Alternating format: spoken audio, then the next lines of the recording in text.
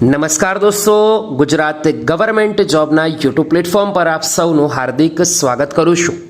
જો તમે ધોરણ 10 પાસ છો અને ગુજરાત સરકારમાં નોકરી મેળવવા માંગો છો અથવા તો ભારત સરકારમાં એટલે કે કેન્દ્ર લેવલની જે નોકરીઓ હોય છે, સેન્ટ્રલ લેવલની જે પણ નોકરીઓ હોય છે તેમાં નોકરી મેળવવા માંગો છો તો તમારા માટે સુવર્ણ તક છે. કેન્દ્ર સરકાર તરફથી ઇન્ડિયન કોસ્ટ ગાર્ડની અંદર ખૂબ જ મહત્વની ભરતી અંગેની નોટિફિકેશન જાહેર કરવામાં આવી છે. આ નોટિફિકેશન પ્રમાણે લાયકાત રહેશે ફક્ત ધોરણ 10 પાસ. તો ગુજરાતીઓ ખાસ અરજી કરે. સેન્ટ્રલ લેવલની આ ખૂબ જ સારી ભરતી છે. વિડીયો ગમે તો દોસ્તો અંતમાં લાઇક જરૂરથી કરજો અને આવી નવી અપડેટ મેળવવા આપણા યુટ્યુબ પ્લેટફોર્મ પર આજે જ જોઈન જરૂરથી કરી લેજો. દોસ્તો ટેલિગ્રામ પણ આપણે બનાવેલી છે, એની ઉપર તમે આપણી ચેનલમાં જોડાઈ શકશો, જેની અંદર હાલમાં 21,300થી પણ વધારે ઉમેદવારો જોડાયેલા છે. તો ઇન્ડિયન કોસ્ટ ગાર્ડ તરફથી રિજનલ હેડક્વાર્ટર ચેન્નાઈ તરફથી એક નોટિફિકેશન જાહેર થઈ છે અને કોસ્ટ ગાર્ડની આ જે ભરતી છે તે 15 ઓક્ટોબરના રોજ એની નોટિફિકેશન આવી હતી, જેની અંતિમ તારીખ 29 નવેમ્બર એટલે કે ટ્યુઝડે રહેશે. આ નોટિફિકેશન પ્રમાણે દોસ્તો વાત કરીશું તો Indian coast guard invite application in the prescribe format as a given at annexure 1 from eligible Indian citizen. ભારતીય નાગરિક પાસેથી અરજીઓ મંગાવવામાં આવી છે. આ નોટિફિકેશન પ્રમાણે દોસ્તો ડિટેલમાં સમજીએ વિગતવાર માહિતી.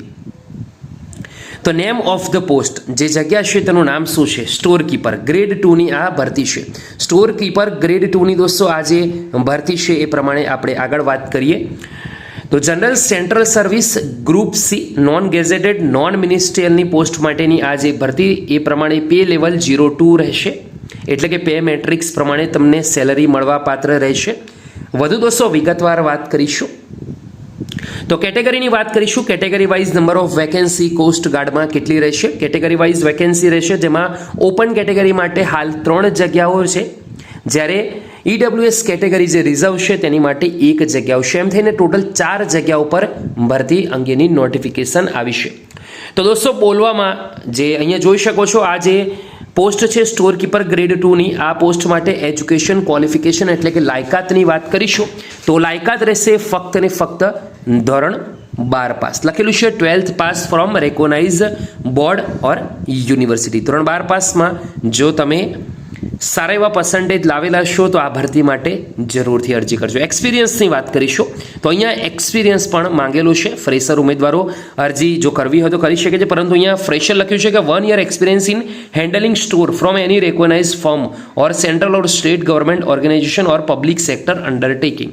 તો તમે દોસ્તો જો એક્સપિરિયન્સ લીધેલો છે તો 1 વર્ષનો અહીંયા માંગેલો છે, જે ખૂબ જ જરૂરી છે. એજ લિમિટેશન એટલે કે વય મર્યાદા વિશે વાત કરીએ તો વય મર્યાદા અહીંયા 18થી 25 સુધીની રહેશે. 18થી ઓછી, 25થી વધારે એજના જે પણ ઉમેદવારો છે તે આ ભરતીમાં ભાગ નહીં લઈ શકે અને અરજી પણ નહીં કરી શકે. દોસ્તો ચલો આગળ ડિટેલમાં દોસ્તો આપણે વિગતવાર વાત કરી લઈએ એટલે કે સમજીએ તો relaxation for central government servant up to 40 years, જે સેન્ટ્રલ ગવર્મેન્ટ સર્વન્ટ છે એના માટે 40 વર્ષ સુધીની છૂટછાટ આપવામાં આવી છે.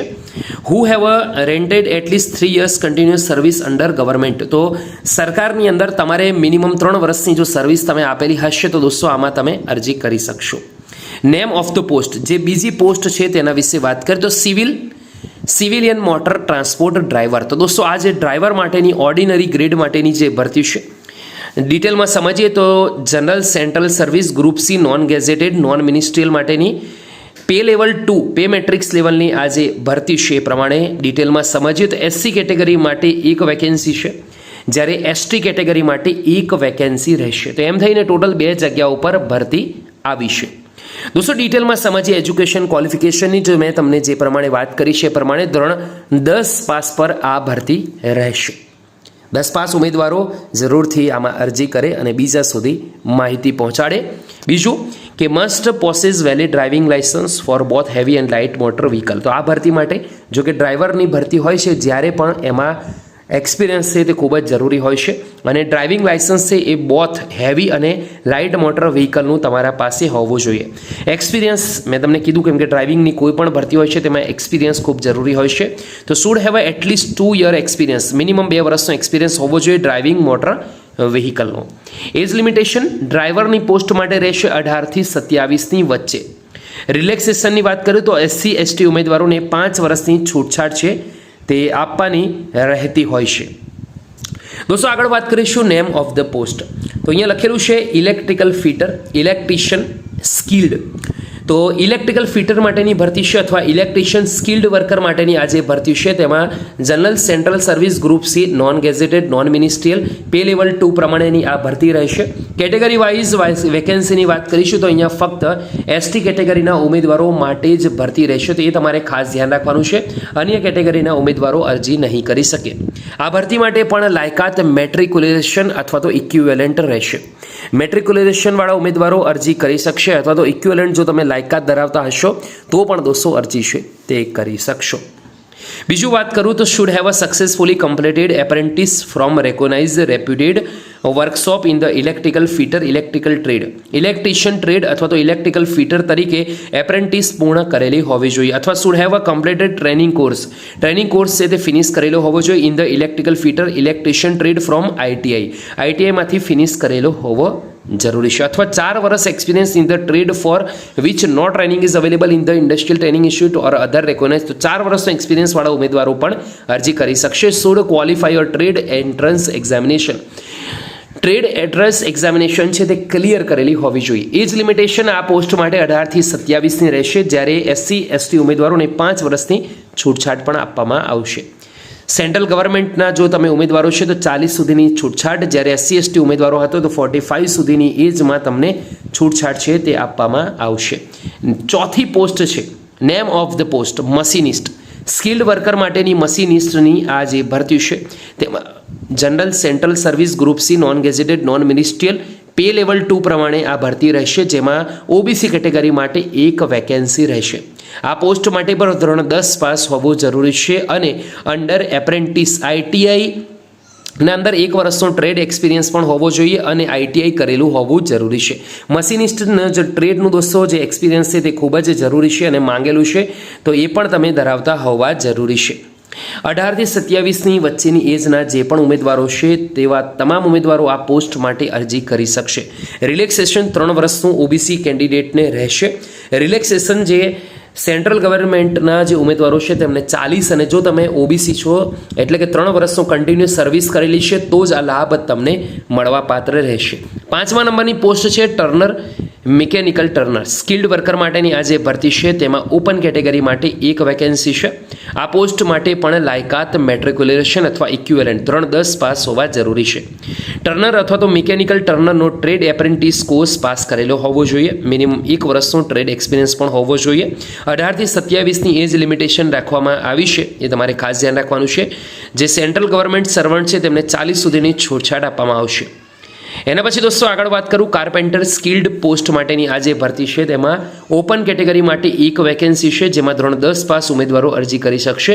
કાર્પેન્ટરીનું જે ટ્રેડ એપ્રેન્ટિસ છે એ લાયકાત તમે ધરાવતા હોવા જોઈએ, ITI કરેલું હોવું જોઈએ, જેમાં 18 થી 27ની વચ્ચેની એજના જે પણ ઉમેદવારો છે તે અરજી કરી શકશે. ઓપન કેટેગરી માટે 1 વેકેન્સી છે, યાદ રાખજો. 2 વર્ષનો એક્સપિરિયન્સ હોવો જોઈએ ઓટોમોબાઈલ વર્કશોપની અંદર. 2 વર્ષનો જો ઓટોમોબાઈલ વર્કશોપની અંદર તમને એક્સપિરિયન્સ હશે તો તમે અરજી કરી શકશો. જરૂરી છે ITI diploma in relevant trade. Desirable એટલે કે માંગેલું છે ITI diploma in relevant trade. Age limitation 18 થી 25 સુધીનું રહેશે, જ્યારે ગવર્મેન્ટ સર્વન્ટને 40 સુધીની છૂટછાટ આપવામાં આવશે. એના પછીની મલ્ટીટાસ્કિંગ સ્ટાફ MTS એટલે કે મોટર ટ્રાન્સપોર્ટ ક્લીનરની પોસ્ટ માટે વાત કરીશું. તો group C non gazetted non ministerial પ્રમાણેની આ જે ભરતી છે તેમાં pay level 1 pay matrix level પ્રમાણે સેલરી મળશે, જેમાં OBC કેટેગરીના ઉમેદવારો માટે 1 વેકેન્સી છે, જેમાં 2 વર્ષનો એક્સપિરિયન્સ મિકેનિકલ વર્કશોપમાં હોવો જરૂરી છે. આ ઉપરાંત 18 થી 27ની એજ લિમિટેશન રહેશે, પરંતુ જો ગવર્મેન્ટ સર્વન્ટ હશો તો 40 સુધીની છૂટછાટ મળશે અને OBC ઉમેદવારોને 3 વર્ષની છૂટછાટ રહેશે. એના પછી દોસ્તો પ્યુન માટે એટલે કે પટાવાળા માટેની આ જે ભરતી છે તેમાં general central service group C non gazetted non ministerial માટેની જે ભરતી છે તેમાં ટોટલ 5 વેકેન્સી છે. પહેલી વેકેન્સી છે ઓપન કેટેગરી માટે, 2 વેકેન્સી છે OBC કેટેગરી માટે. એના પછી દોસ્તો EWS કેટેગરી માટે 1 અને SC કેટેગરી માટે 1 વેકેન્સી રહેશે, તો એ તમારે ખાસ ધ્યાનમાં રાખવાનું છે. આશા રાખું છું તમને અહીંયા સુધીની માહિતી ગમી હશે. આ પોસ્ટ માટે પણ પટાવાળાની જે ભરતી છે તેમાં પણ મેટ્રિક્યુલેશન પાસ કરેલું હોવું ખૂબ જ જરૂરી છે. 2 વર્ષનો ઓફિસ અટેન્ડન્ટનો એક્સપિરિયન્સ પણ હોવો જોઈએ. આ પોસ્ટ માટે 18 થી 27 વર્ષની વચ્ચેની એજના જે પણ ઉમેદવારો છે તે ભાગ લઈ શકશે. અને દોસ્તો અહીંયા 5 વર્ષનું રિલેક્સેશન SC/ST, 3 વર્ષનું રિલેક્સેશન OBC ઉમેદવારોને આપવામાં આવે છે. આ ઉપરાંત જો દોસ્તો તમે ગવર્મેન્ટ સર્વન્ટ છો તો તમને 40 સુધીની છૂટછાટ આપવામાં આવશે, જ્યારે 45 સુધીની છૂટછાટ SC/ST ઉમેદવારોને મળશે. મલ્ટીટાસ્કિંગ સ્ટાફ સ્વીપરની વાત કરીશું તો સ્વીપરની પોસ્ટ માટે અહીંયા એક વેકેન્સી ઓપન કેટેગરી માટે છે, જેમાં ધોરણ 10 પાસ ઉમેદવારો અરજી કરી શકશે. મિનિમમ 2 વર્ષનો એક્સપિરિયન્સ ક્લીનશીપનો હોવો જોઈએ. 18 થી 27ની એજના ઉમેદવારો અરજી કરી શકશે. ગવર્મેન્ટ સર્વન્ટને 40 વર્ષ સુધીની એજમાં છૂટછાટ આપવામાં પણ આવશે. આગળ વાત કરીશું દોસ્તો મલ્ટીટાસ્કિંગ સ્ટાફ પેકર માટેની, એટલે કે પેકેજિંગ સ્ટાફ માટેની વાત કરીશું તો તેમાં એક વેકેન્સી ઓપન કેટેગરી માટે છે, જેમાં ધોરણ 10 પાસ ઉમેદવારો અરજી કરી શકશે. મિનિમમ 2 વર્ષનો એક્સપિરિયન્સ પેકર ટ્રેડમાં હોવો જોઈએ. આગળ વાત કરીશું દોસ્તો સીપ ફિટર સેમી સ્કિલ્ડ વર્કર માટે, સેમી સ્કિલ્ડ વર્કર માટે આ જે ભરતી આવી છે તેમાં એક વેકેન્સી ઓપન કેટેગરી માટે છે, જેમાં મેટ્રિક્યુલેશન પાસ ઉપરાંત ITI રિલેવન્ટ ફિલ્ડમાં કરેલું હોવું જોઈએ. 3 વર્ષનો એક્સપિરિયન્સ પણ માંગેલું છે અને 40 સુધીની એજની છૂટછાટ છે ગવર્મેન્ટ સર્વન્ટને. એના પછી semi skilled worker internal combustion engine ICE fitter post માટે જે વેકેન્સી આવી છે ટોટલ 2 જગ્યા ઉપર ભરતી ઓપન કેટેગરી માટે રહેશે, જેમાં મેટ્રિક્યુલેશન ઉપરાંત ITI કરેલું હોવું જોઈએ અને રિલેવન્ટ ફિલ્ડની અંદર 3 વર્ષનો એક્સપિરિયન્સ પણ માંગેલો છે, જેમાં 18 થી 27ની વચ્ચેની એજના ઉમેદવારો અરજી કરી શકશે. અને તે પ્રમાણે આગળ વાત કરીશું દોસ્તો હજી વધુ એક પોસ્ટ માટે ભરતી આવી છે સીટ મેટલ વર્કર માટે.